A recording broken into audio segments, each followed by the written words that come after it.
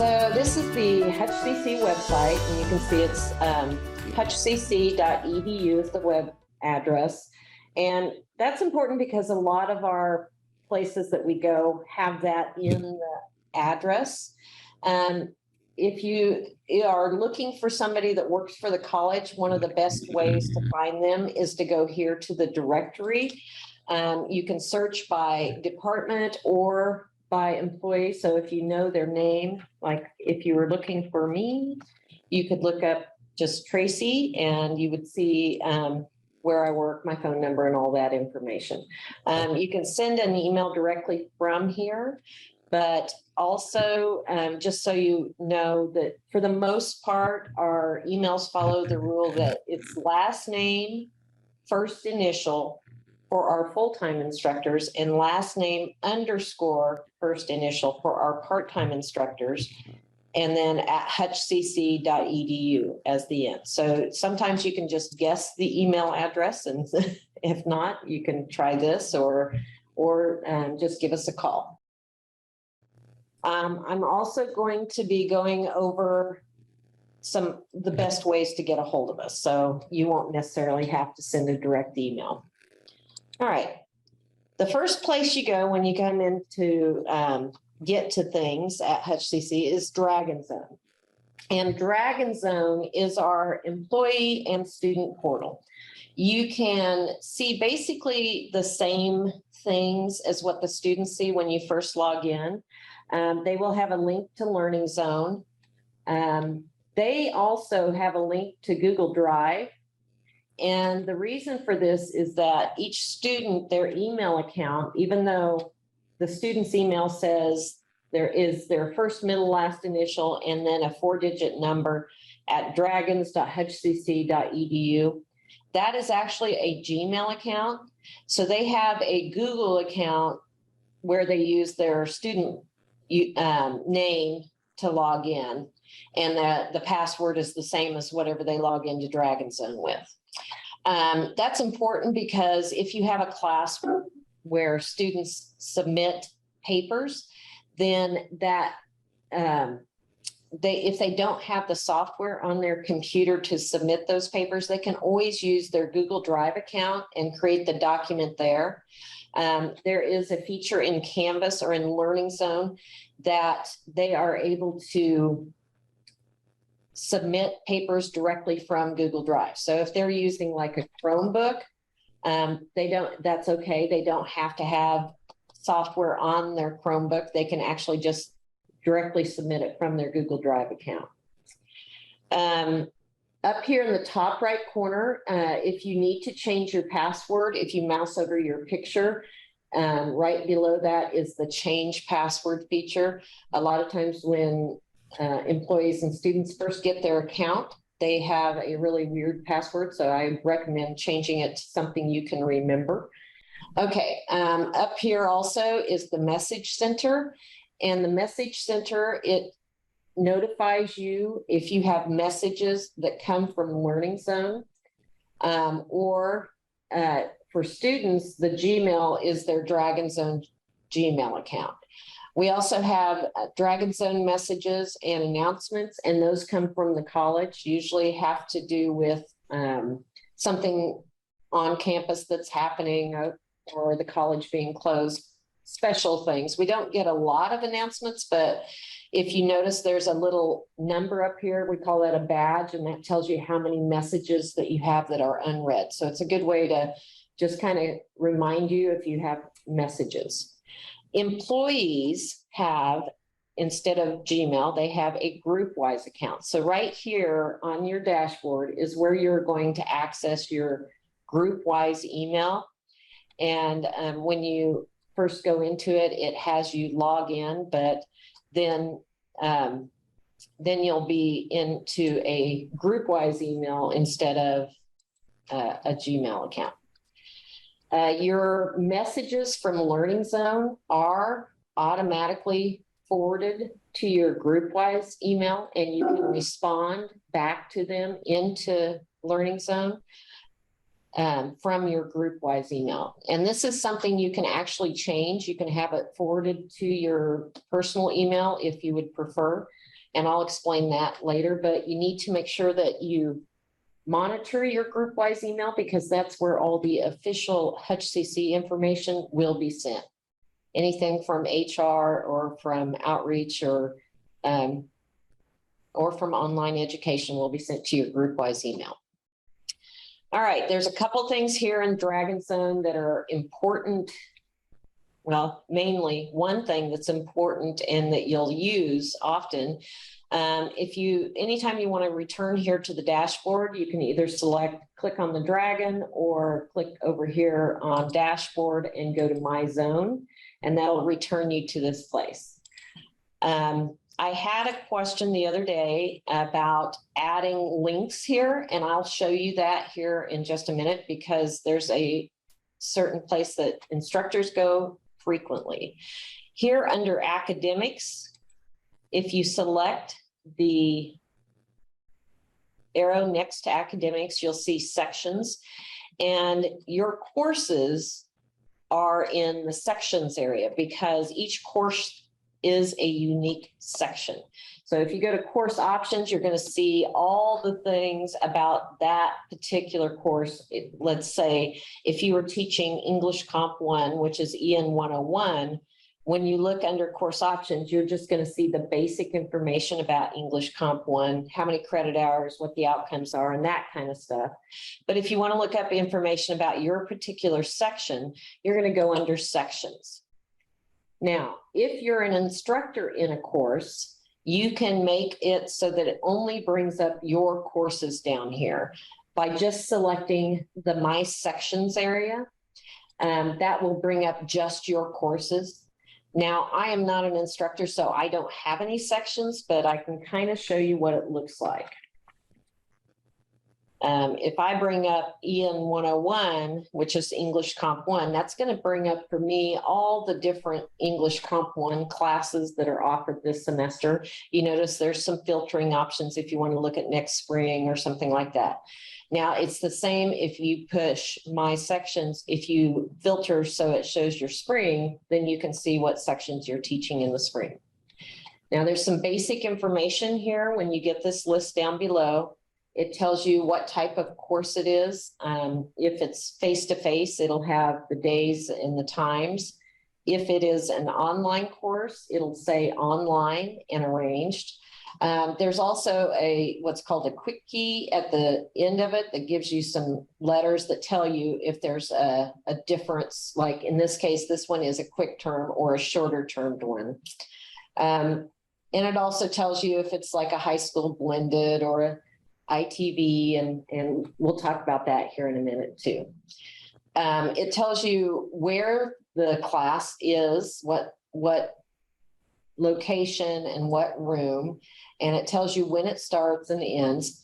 But you can get a lot more information by going into the class. You can also see how many students have enrolled in it at the end there. But if you want to look and get more information from a course, I'm just going to select a random course. When you go into it, it's going to bring you to your course roster. And you look over here on the right, there's a menu here. Anytime you want to return to this area, you can just select roster. You're going to get more information if you go to section details.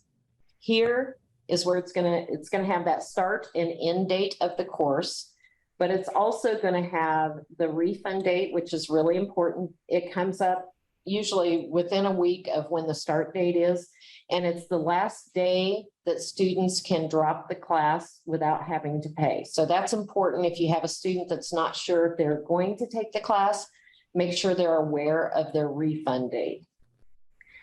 Certification date, this is the last day that instructors are required to certify that every student in their class has attended that class.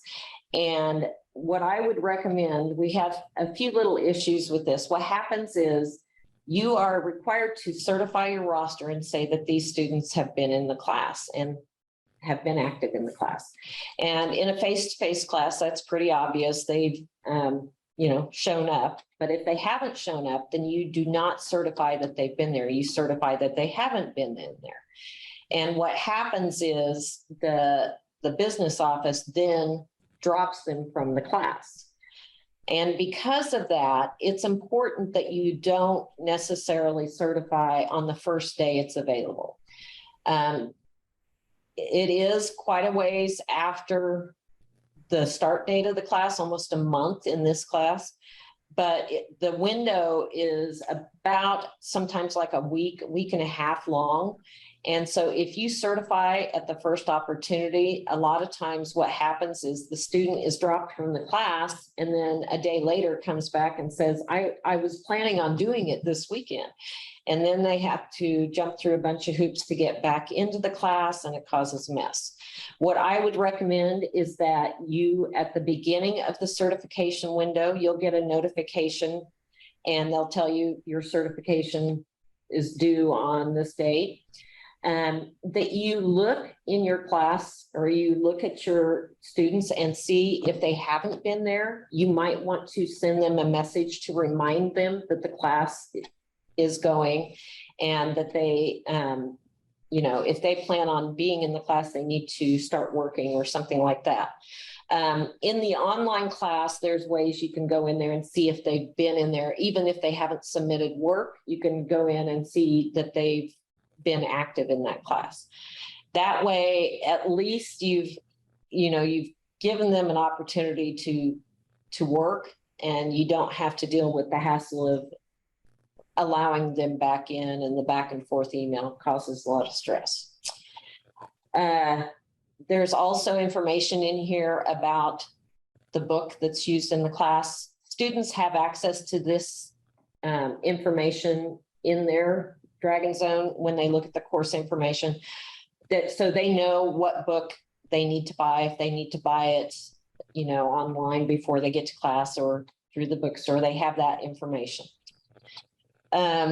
So I had the question last week about how can we make this a shortcut? And absolutely, any place in DragonZone that you want to be available on your dashboard, if you go to that area and up in the top right corner, there's a link. And if you select that link, it will say, instead of unlink, I have this linked already, it'll say link current page. And if you just click on that, it will show up as a tile here. And then it will also show up when you go back to your dashboard and look at my zone. It will be available on your dashboard. I have it right here as course options, or that's what it automatically names it.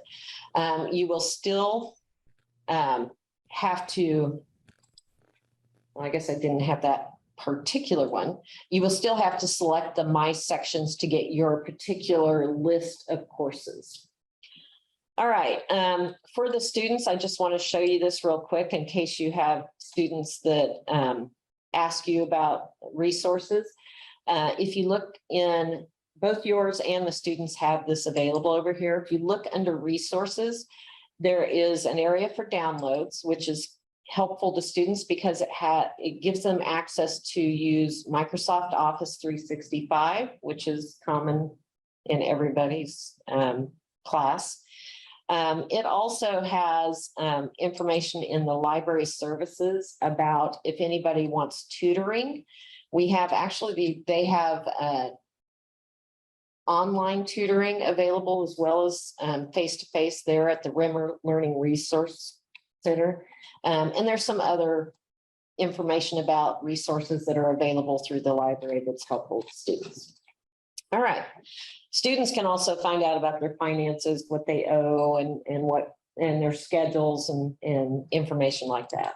Now I'm going to go back to my dashboard, and there we go. So this, as I said, is DragonZone, and this is the student and employee portal. The other area that people use is LearningZone, and a lot of times people get LearningZone and DragonZone confused. LearningZone is the learning management system, or LMS, and the software that we use is Canvas. So you may hear it referred to as Canvas or LearningZone. LearningZone is just the name we gave it. The software is Canvas. So to get to your course, I did show you that information here in the sections area where you can get information from your course. Another thing you can do from here is, I'm going to go back here for just a second. Come on. Everything's going slow today. Okay, there we go. All right, if you go into your course and over on the right, there's a link directly to that course in LearningZone. So that's one way to get it. The other way is just to select the LearningZone link right here. Also in this left-hand navigation in the course information, I showed you section details. You can certify your roster from here, or if you're using a course shell in LearningZone, which if you're teaching an online or hybrid course, you will be using that. There'll be a link to that certification in the course. So you can go directly from your course in LearningZone to certification. The syllabus is actually pulled from the database, the official information about that course. So there, you won't be making any changes to this. It's not possible. And that information is available to students in DragonZone and in their course in LearningZone. So this is information about the outcomes and the how many credit hours and things like that. So it's official information. If you've worked for another college, you may have had to update your syllabus for the class. We don't do that here because it's from the database, but you do update your instructor sheet, which is kind of like our version of the syllabus, I think. The instructor sheet, every student has, or every instructor has access to edit their instructor sheet, and you can actually, if you're using LearningZone, can access that instructor sheet directly from your course as well. If you are the instructor in a class, you will see a little edit button in the top right corner. And every semester, instructors are expected to do two things to update their instructor sheet. They need to add their methods of assessment, which is basically explaining how students will be graded in that course. You might say tests are worth 20% of the grade, or you might say daily assignments are worth 500 points total. It's just depending on what course you teach, how you're going to say this, but you need to have some way to tell students how the course is scored. And you are also expected to add the schedule of assignments. Now, the schedule of assignments, if you're teaching an online or hybrid course, is also going to be available in the course shell. And you can, what we recommend is that you update that in the course shell. And then when you come into your instructor sheet and edit it, you can just copy and paste it from the course into the instructor sheet. So it's the same. No sense doing it twice. You also have the ability, if you're teaching multiple sections of the same course that possibly start at the same time or on the same day, you can copy one instructor sheet from one course to another. And then you can edit that information if you'd like. So when you change this to edit, you'll see a copy from area up in the top right corner. And there, if you start typing in the name of the course you want to copy this instructor sheet from, you'll get a drop-down list. You can select that content. If you need more information or you have questions about that, you can contact us at Online Ed. I will mention that several times, and I will tell you a couple of ways you can get a hold of us in case you have questions. So just know if you get stuck and you want to copy your instructor sheet, you can send us an email and ask us, and we'll send you the instructions. Also, down on the menu on the right, top right corner, is the grade posting area. Instructors are expected to post their midterm grades and their final grades. And you will get, I believe you will get a notification about halfway through your course for the midterm grade. The midterm grade is posted, but it's not a part of the final grade. So it doesn't affect the final grade. It just gives the students an idea of a snapshot of how they're doing in the course at that time. Now, I don't have access to this because I'm not the instructor in this course, but if you go to the grade posting area of your course, when the window is open, it will have the roster of students in your course, and then it will have a column with where you can select a letter grade for the students. But also there is the ability to import the grades from the grade book in LearningZone or in Canvas. So if you have your grade book up to date in Canvas and LearningZone, then you can copy those grades in and you can edit them if you want to, say, bump a student up a letter grade because they're on the border or on the line. You can do that before you post the grades. So copying the grades in just kind of gives you a head start. And then at the bottom of the page, there'll be a post grades button that you'll have to choose before you post the grade. Now, once you post the grades, it's a real process to change them. You have to go through your department chair in the records office. So try to make sure that the grade that you post is the grade you want to post.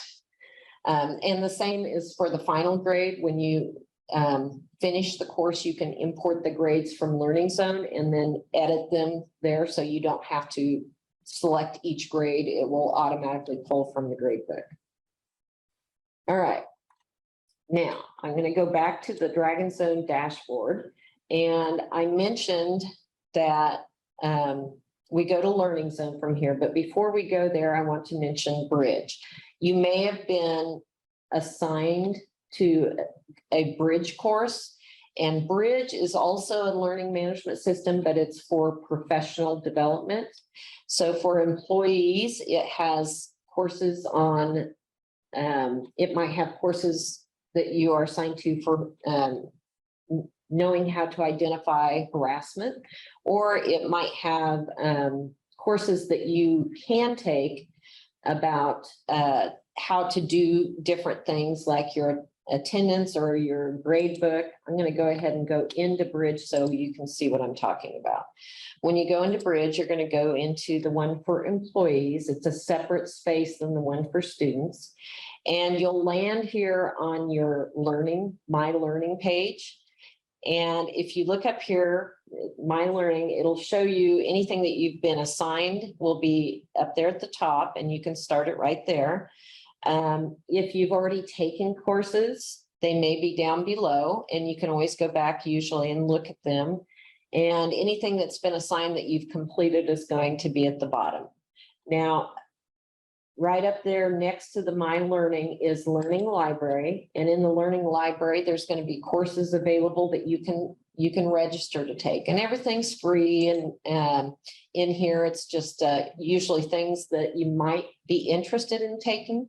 So like using the Zoom room to record a lecture. We've had a lot of instructors use Zoom to record their lectures and put in their class for students that may have missed class. And then some different Zoom things. There's also information about what the students see. So if you want to look through that, you are free to do that. And of course, there's some network security things that you can take to learn how to be safer on the internet and just all kinds of things. So feel free to explore that. The students, when they go into Bridge, have a different type of courses available for free. They're more to help them support their learning. So they may be courses on learning how to take notes or how to read or how to study. There's a large number of courses, and we also have a large number of courses in Spanish. So if you have any Spanish speaking students, you can also direct them to Bridge to maybe find some useful things for them to look at as well. All right, I'm going to go back to the DragonZone dashboard, and now we're going to go into LearningZone, the learning management system.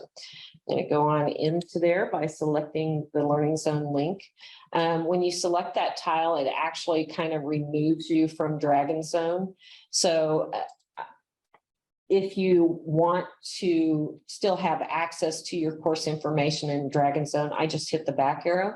I usually hold the control key down when I hit LearningZone, and that opens it up in a new tab. That way the DragonZone is still available. Now, DragonZone, it will time you out of your session after, I'm not sure if it's 1 hour or 2 hours. So if you're in your course for a long time and you come back into DragonZone, it may make you log in again. So we're going to go back into LearningZone. Now remember, LearningZone is our learning management system, and the software used is Canvas. And there's a few things here on the homepage that just to kind of tell you what it all means. Up here in the top right corner, the to-do list is for an instructor, is a list of all the assignments that have been submitted, and the number represents the number of ungraded. So it's a good way to kind of remind you that there's assignments to grade.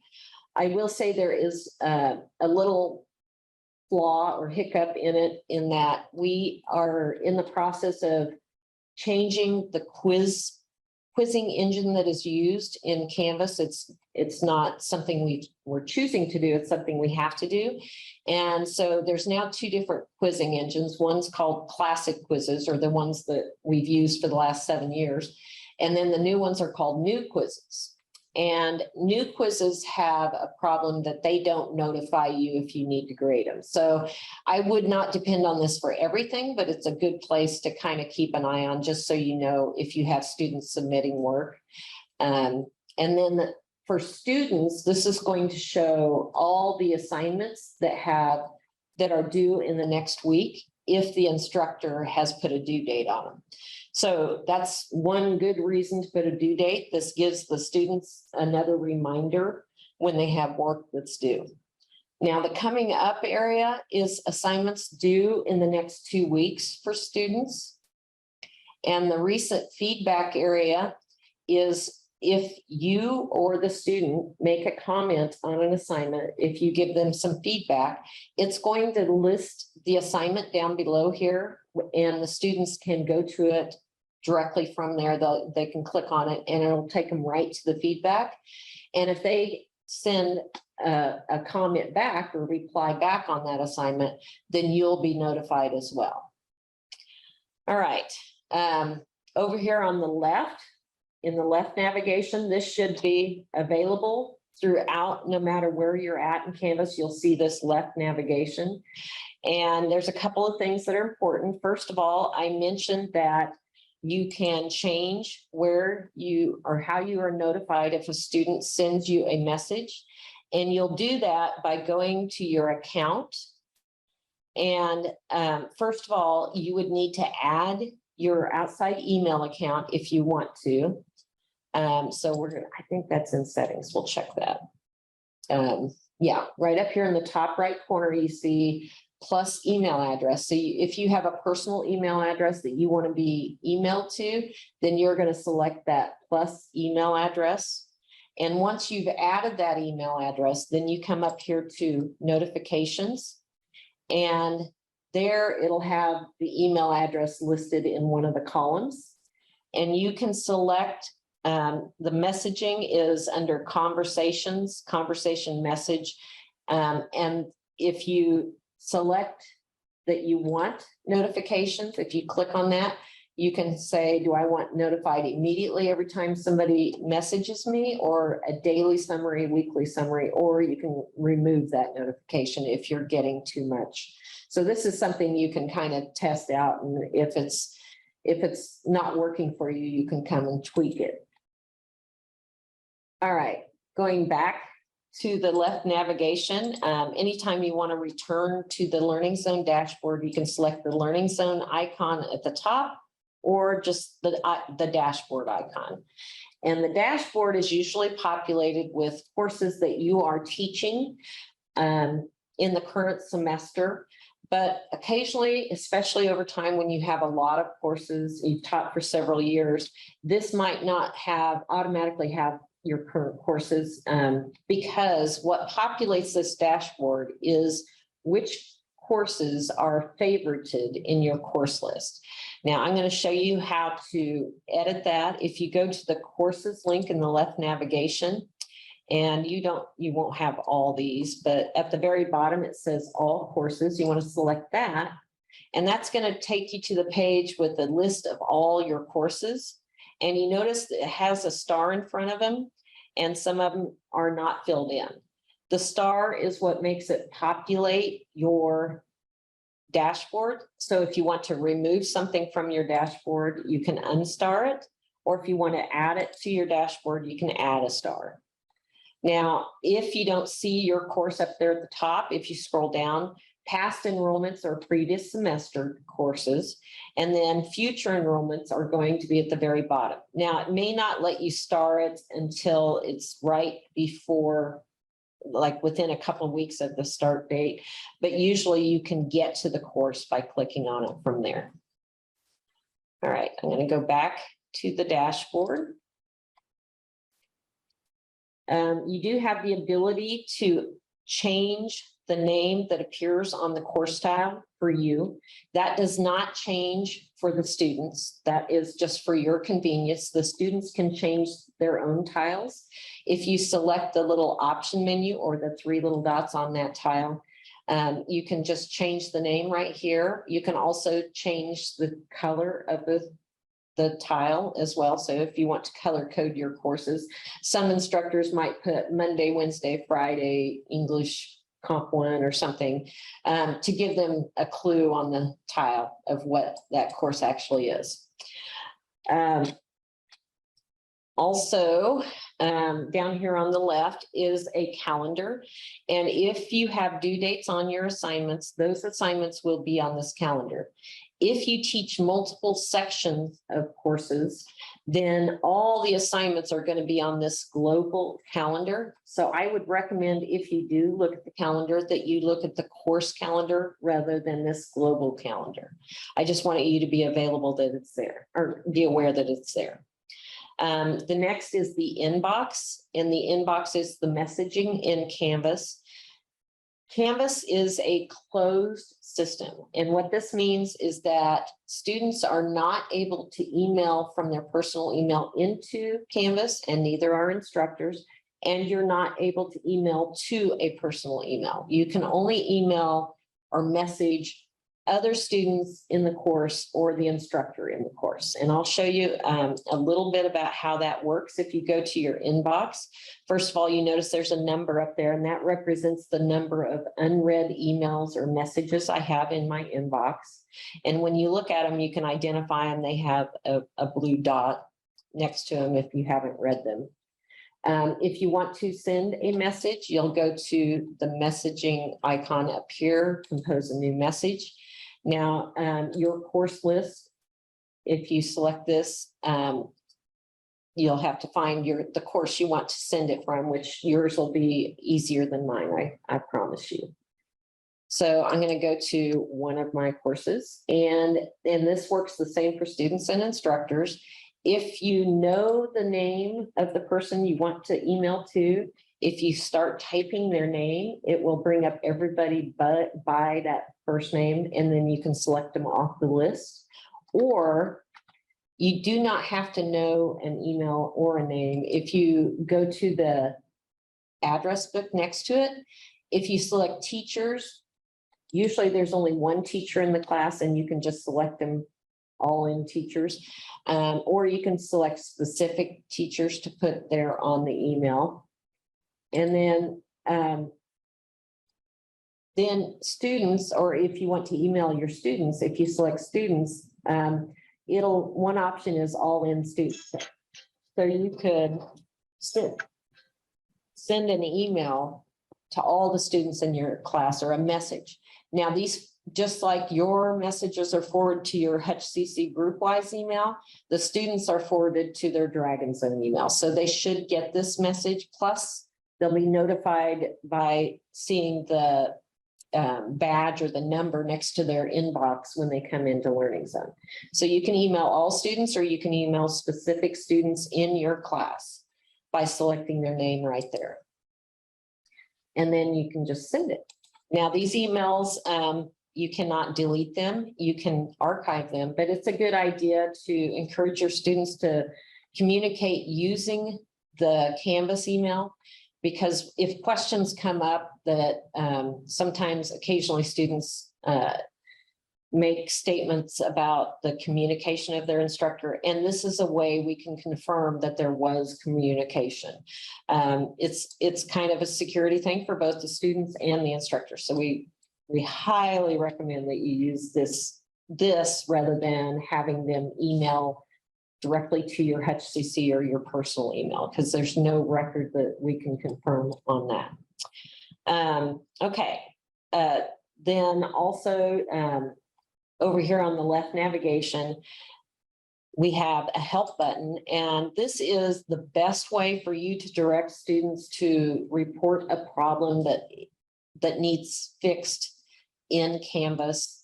If you hit the help button, one of the options is report a problem. And this gives us the information. If you click on that, they'll put like the subject and describe what's going on. But it's best if you do that or have them do that from wherever they're seeing the problem. So like if they're taking a test and the images aren't showing up, ask them to report the problem, use the help button and report the problem from the test that doesn't have the images. And that will give us a snapshot of exactly who they are, what course they're in, and what assignment it's on. And it kind of helps us quickly resolve the issue, so we don't have to keep asking them which course and which assignment and what's the problem. It just helps us get to the problem faster.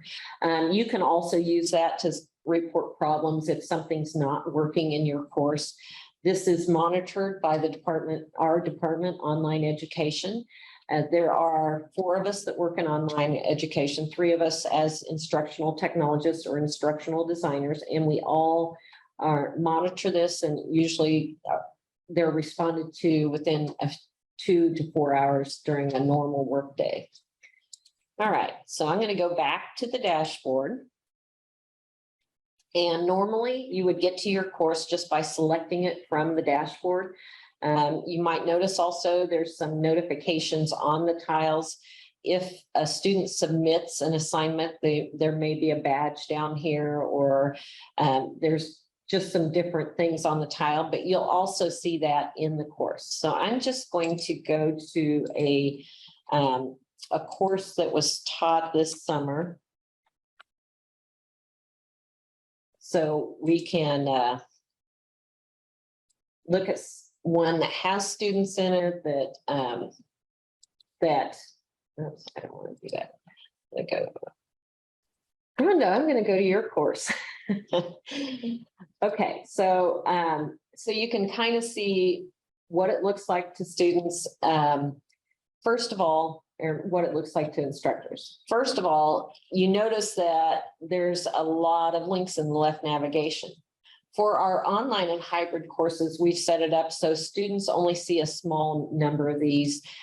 They do not need access to all these other ones because of the way we have the course set up. We always have the modules as the home page, and then we have all of the assignments and information in those modules. If you ever want to see it as a student sees it, then you can go to Student View, and that will show you that students don't see all those extra links, and that if there's things in the modules that might be different for them, you can see them a little more clearly. One thing that we have a lot of questions about at the beginning of the semester is students who may have problems opening assignments in their lessons. It may be because there's certain things that are required here in the Get Started module before they can start working on their assignments. Now, first of all, the rationale for that is at the first semester that we used Canvas, we discovered that occasionally there are students that do not go into the course if they don't have to. They may use their to-do list to get to the assignments that they need to submit without ever looking at the instructions that might come before it or the course schedule or anything like that. So we have gone through in all of our online course masters, and we have set it up so that students are required to view the schedule of assignments, to complete the orientation quiz, and usually to submit the introduce yourself discussion. In all of our online courses, those three things, and you can see there's a little dot here at the end. Once a student looks at that, just going to look at it and go back. Then it's going to show a green check mark here. And you notice the little red minus sign means they have not done that. Now, this isn't something that you can see as an instructor. Each student, it's going to be according to what they've done in the class. So it might be something that you can remind them that they need to come in here and complete the orientation quiz. You'll know if they've submitted it or not, or the introduce yourself discussion. But the one that always trips them up is remind them to look at the schedule of assignments. This makes it so that we know that they are aware that the information is here. Now, whether they use it as we expect them to or not, that's out of our hands, but we do know that they at least looked at that information. Also, when the instructor goes to grades, they get to their grade book. When a student goes to grades, they will see their assignments listed by the due date, which is another good reason to make sure you add due dates to your assignments. We have found or heard that the first place the majority of students go, the highest number of students go when they first get into the class is grades, which you would think, why? They just got into that class. I don't have any grades. Well, they look at it so they can see what the course is going to be like, what assignments they're going to have, how often, that kind of thing. So it's just a common place for them to go. Once they submit, they'll have a current grade up here in the top right corner based on the grading of that assignment. Towards the end of the class, if they have questions about what they need, say if they on the final to pass the class, they can do what's called a what if grade, and it will show them what they need to get on this to pass the class. So if this student wanted to see what they had to get on the submit comparison contrast, they could come down here to that and just type in a score, and that's going to give them, that's going to show them how it would affect their overall score. It's not permanent, it's just a temporary thing, and it always shows that this is not your official score. But if you have students wanting to know how they can pass the class, that you can tell them to try to use the what if score in the gradebook.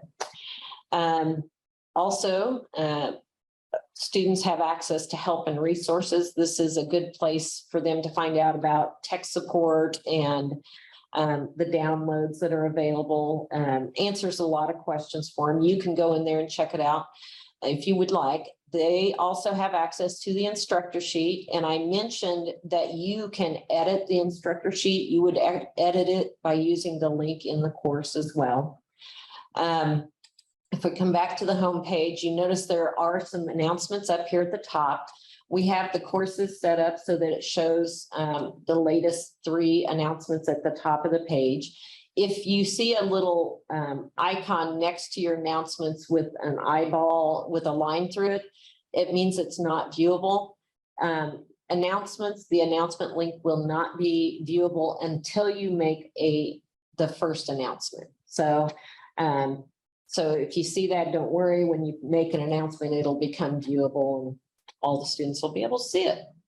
All right, I'm going to go back to, I'm going to leave student view, and I'm going to look real quick at the calendar just to kind of show you what it looks like when you come in here.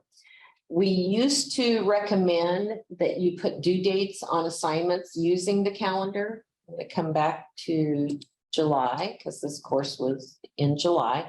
And you notice that once the day is passed, it'll have a line through it if it has a due date on it. The due date does not stop students from completing the assignment. It just notifies the instructor. They're in the gradebook. The cell that score is in will be in a different color. So you can, if you have the policy of grading down, you'll have to manually take away points from late submissions if you're relying on that due date. So just so you can see, it has the assignments, and we used to recommend that you would drag your assignments here on the calendar to add the due date, but there's actually an easier way now. Come back here to the course. I'm going to get it out of the calendar. Now you know that, well, first of all, the online course shell, all of them have the get started and they're set up completely. And if you're teaching an online course, you're required to use all of the content in the online course shell. We do not allow copying from previous semesters because we are continually updating the online masters. And if you're copying from a previous semester, we can't guarantee that you have the most current and updated content.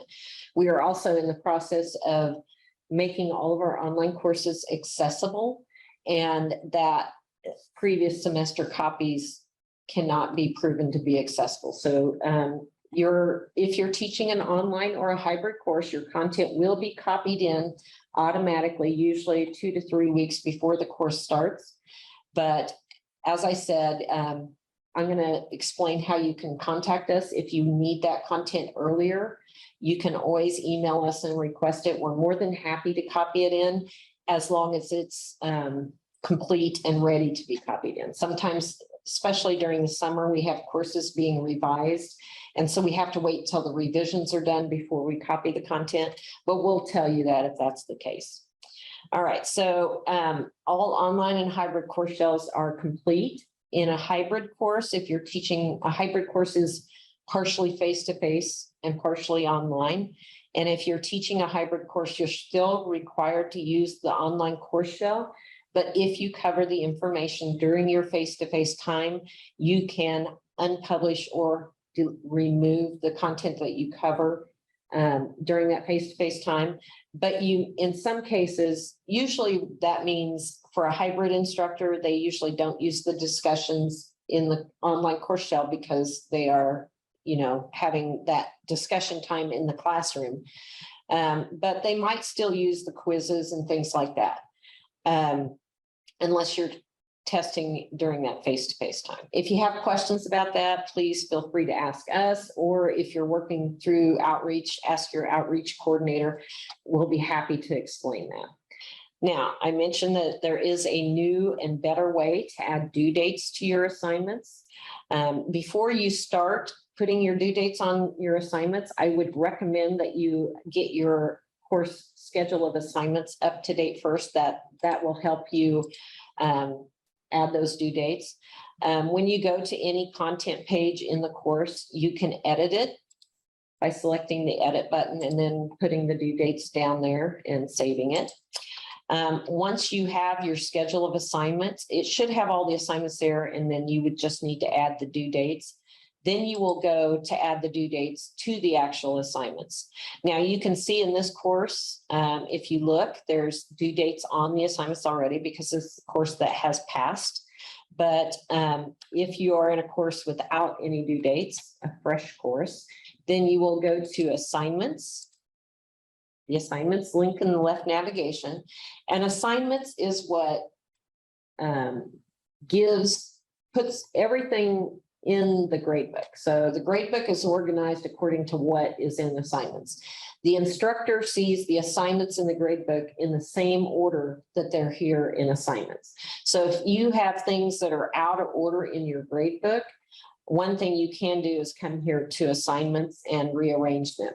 Just know that that is not going to affect the master course. And so next semester, if you teach this course again, it will probably be the same unless you contact us and let us know that there's a problem. So if you find problems in your course content, like things being out of order, please contact us and we're happy to fix it in the master for future courses. You can see here, it tells us where these assignments are in the modules. So if you look down through here, if you see any that doesn't have that, that means they're not in the modules. So if that would be something you could let us know about so we could make sure that it's available for students in the normal way. Okay, so we're here in assignments and you want to add due dates. Up here in the top right corner, you see the 3 little dots. and that's called the option menu. And if you click on that, one of the options is now edit assignment dates. And now we now have a whole page with all the assignments where you can select the calendar and pick a date on the calendar, or you can copy and paste a date from one cell to another, or you can select multiple assignments. If you have multiple assignments due on the same day, select multiple assignments and batch edit. And that'll allow you to put the same date on multiple things. They also allow you to do the available from and available until, which is like the open and close.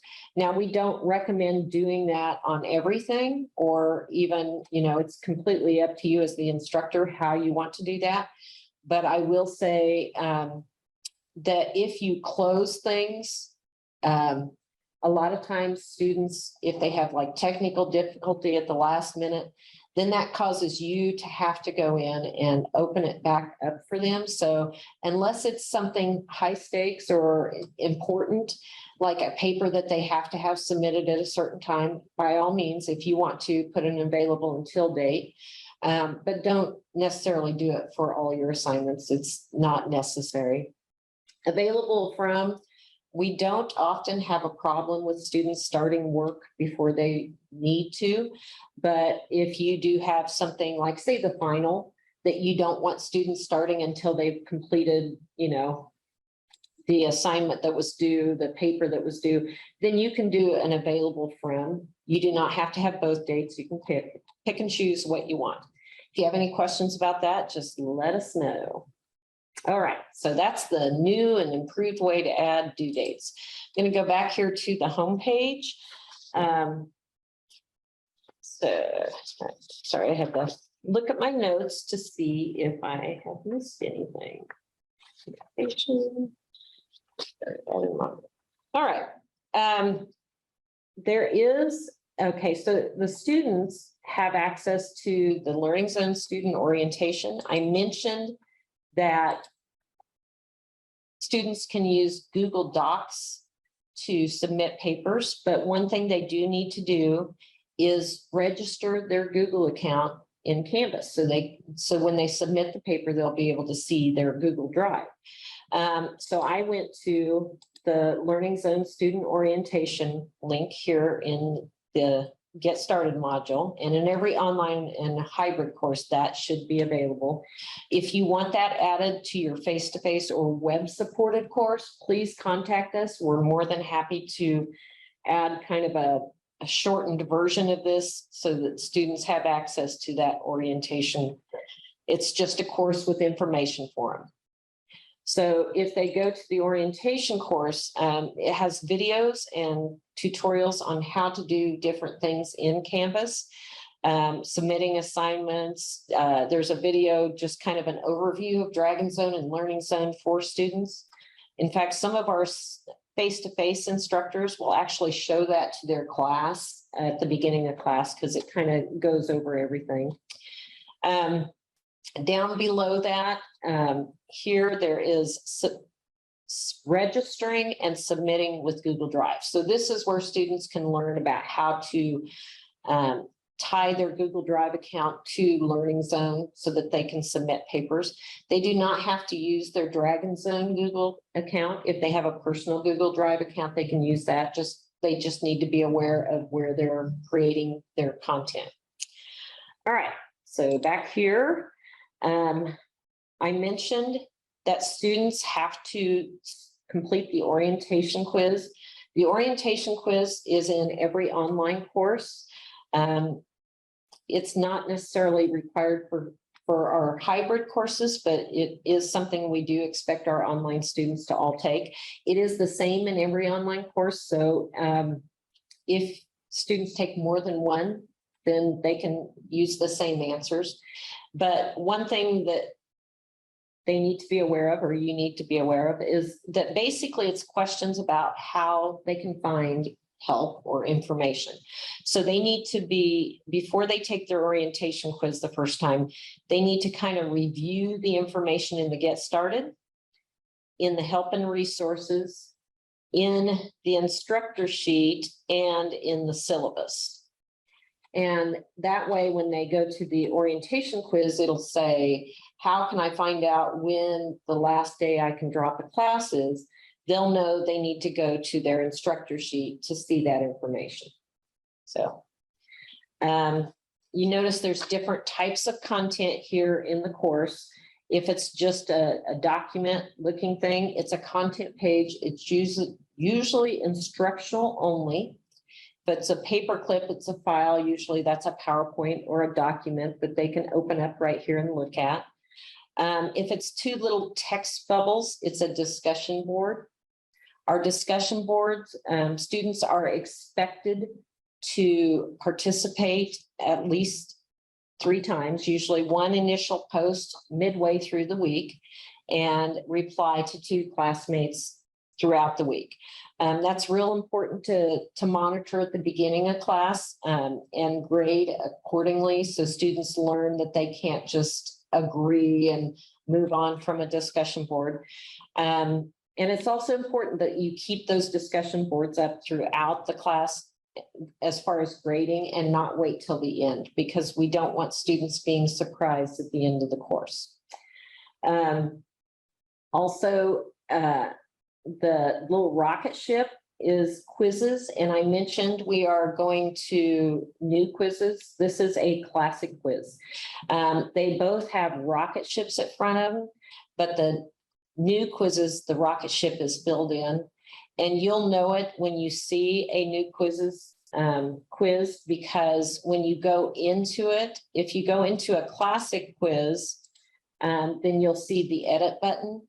In new quizzes, there is no edit button. There is a build button in the bottom right corner. So things work a little differently in new quizzes. And if you have questions about that, you can contact us and we'll either talk to you over the phone or send you some information that'll help you.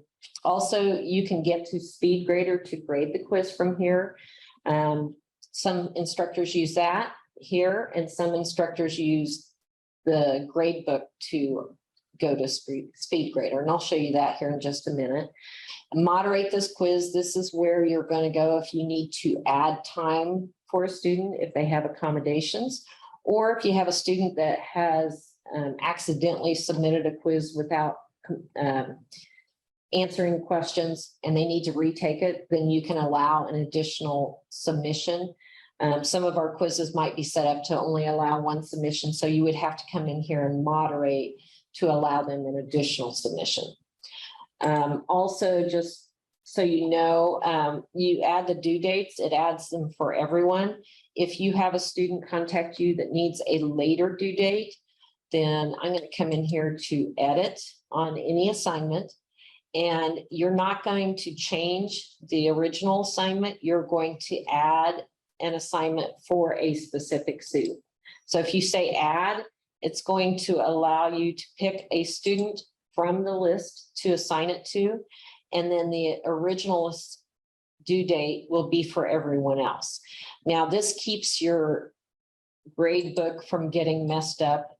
If you remove this assignment from everyone and just put 1 student up here, then you won't be able to see the grades of everyone else. So, and you can always fix it. You can always come back here and assign it to everybody, but it's better if you ever have to, if you have a student that had to be gone for a legitimate reason and you need to allow them to do an assignment at a different time, you can do it right here. All right, I cancel that.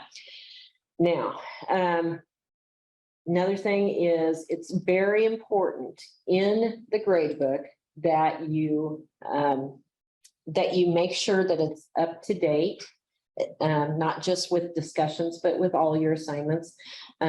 Usually we expect that the students expect that their papers are graded within usually 2 to 5 days, depending on the course. You know, English, where you have a lot of papers, you might be a little longer to grade them.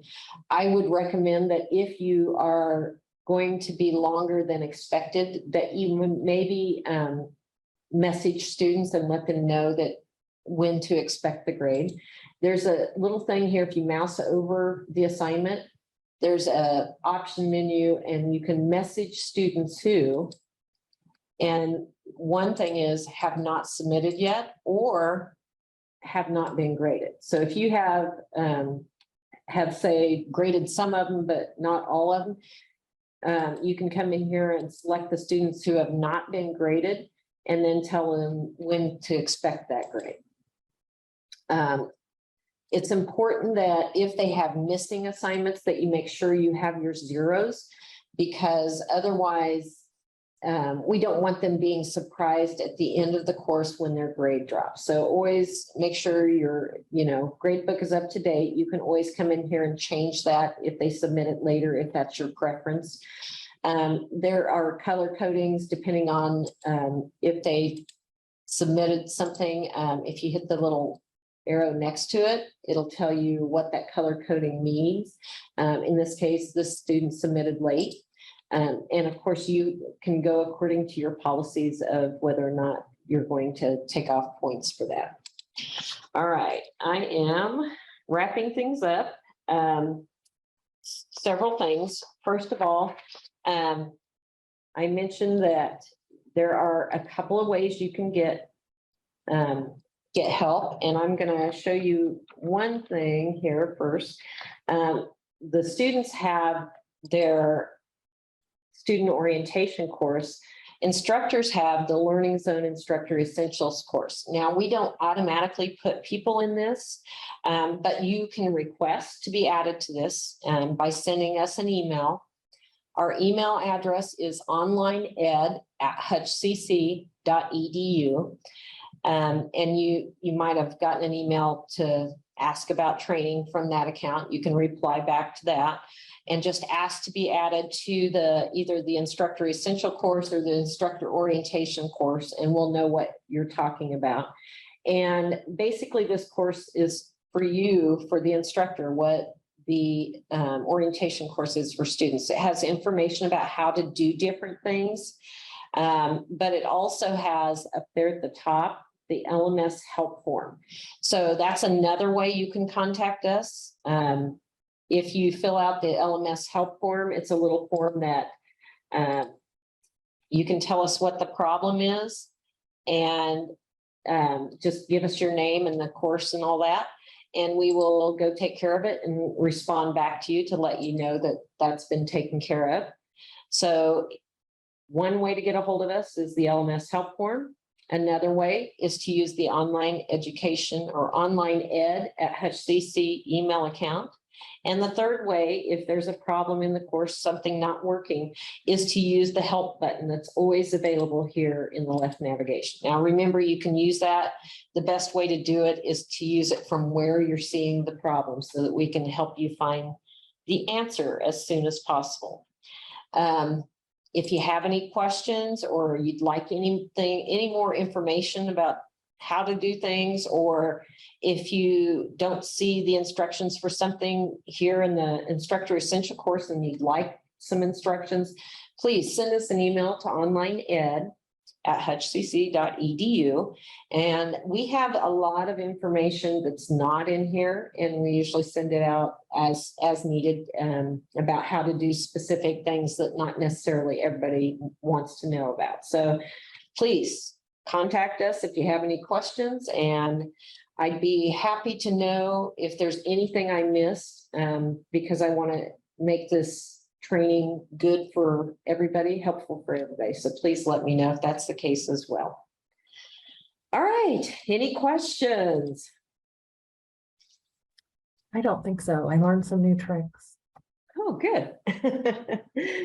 All right, well, I am finished with the instruction, and if you have any questions, just email us at onlineed, and I'd be happy to get that information to you.